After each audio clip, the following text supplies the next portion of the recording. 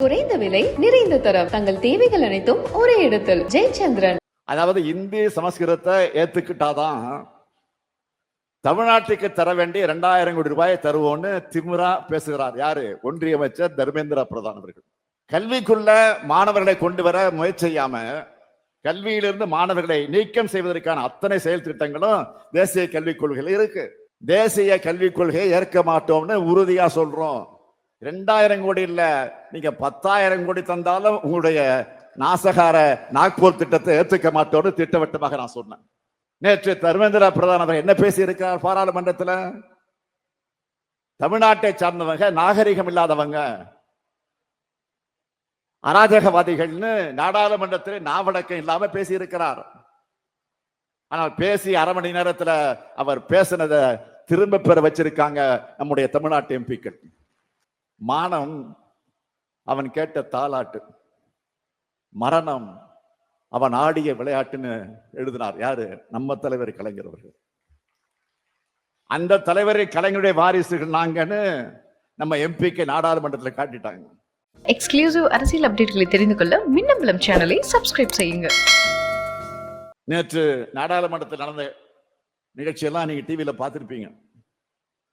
என்ன மும்மொழி கொள்கைய, அதாவது இந்தி சமஸ்கிருதத்தை ஏத்துக்கிட்டாதான் தமிழ்நாட்டுக்கு தர வேண்டிய 2000 கோடி ரூபாயை தருவோம்னு திமிரா பேசுகிறார். யாரு? ஒன்றிய அமைச்சர் தர்மேந்திர பிரதான் அவர்கள். அவங்க தேசிய கல்விக் கொள்கை என்ற பேர்ல புகுத்துற கொள்கை என்னன்னு கேட்டீங்கன்னா, தமிழ்நாட்டுடைய கல்வி வளர்ச்சியை மொத்தமா அழிச்சு ஒழிச்சிடணும். நாம அதை எதிர்க்கிறோம். கல்விக்குள்ள மாணவர்களை கொண்டு வர முயற்சி செய்யாம கல்வியிலிருந்து மாணவர்களை நீக்கம் செய்வதற்கான அத்தனை செயல் திட்டங்களும் தேசிய கல்விக் கொள்கையில் இருக்கு.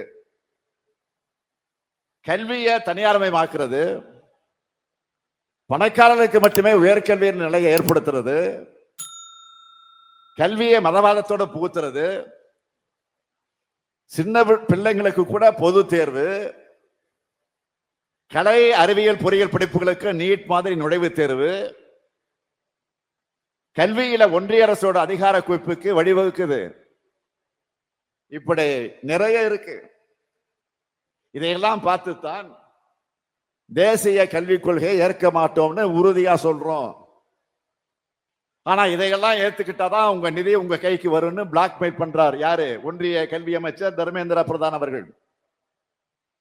அதனால்தான் ஏற்கனவே உறுதியா சொன்ன, திட்டவட்டமா சொன்ன, அழுத்த திருத்தமா சொன்ன, 2000 கோடி இல்ல, நீங்க 10,000 கோடி தந்தாலும் உங்களுடைய நாசகார நாக்பூர் திட்டத்தை ஏற்றுக்க மாட்டோம்னு திட்டவட்டமாக நான் சொன்னேன். இந்த மேடையில அதைத்தான் திரும்பவும் சொல்லுகிறேன், உறுதியோடு தெரிவிச்சுக்கிறேன். அது மட்டும் இல்ல, தமிழ்நாடு இவங்களுடைய சதிகளுக்கு எதிராக விடாம போராடுறத தாங்கிக்க முடியாத நேற்று தர்மேந்திர பிரதான் அவர் என்ன பேசி இருக்கிறார் பாராளுமன்றத்தில்? தமிழ்நாட்டை சார்ந்தவங்க, நாகரிகம் இல்லாதவங்க, அராஜகவாதிகள்னு நாடாளுமன்றத்தில் நாவடக்கம் இல்லாம பேசி இருக்கிறார். ஆனால் பேசி அரை மணி நேரத்தில் அவர் பேசினதை திரும்ப பெற வச்சிருக்காங்க நம்முடைய தமிழ்நாட்டு எம்பிக்கள். அவங்களுடைய போர்க்குரலுக்கு என்னுடைய வாழ்த்துக்கள் இந்த மேடையின் மூலமாக உங்களின் சார்பில் நான் தெரிவித்துக் கொள்கிறேன்.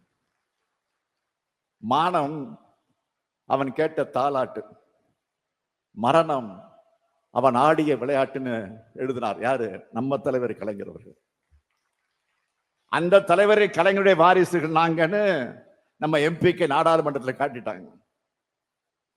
அது மட்டும் இல்ல, அதிமுக உறுப்பினர்கள் போல பாஜக அரசுக்கு லாலி பாடிக்கிட்டு இல்லாம தமிழ்நாட்டின் உரிமைக்கு யாருக்கும் பயப்படாம போராடுவோம்னு நிரூபிச்சிருக்கிறாங்க. 40 பேர் போய் என்ன பண்ணாங்கன்னு கேட்டவங்களுக்கெல்லாம் நேற்று சரியான பதில் கிடைச்சிருக்கு. இதோ போர்க்குணத்தோடு தமிழ்நாட்டுக்காக போராடுவோம், இதே பொறுப்புணர்வோடு மக்களாட்சி நடத்துவோம், அதுக்கு இப்போது போல எப்பவும் மக்களான உங்க ஆதரவு தொடரணும் தொடரணும் தொடரணும் என்று கேட்டு விடைபெறுகிறேன். நன்றி, வணக்கம். குறைந்த விலை நிறைந்த தரம் தங்கள் தேவைகள் அனைத்தும் ஒரே இடத்தில் ஜெயச்சந்திரன். மின்னம்பலம்.com தமிழின் முதல் மொபைல் பத்திரிகை.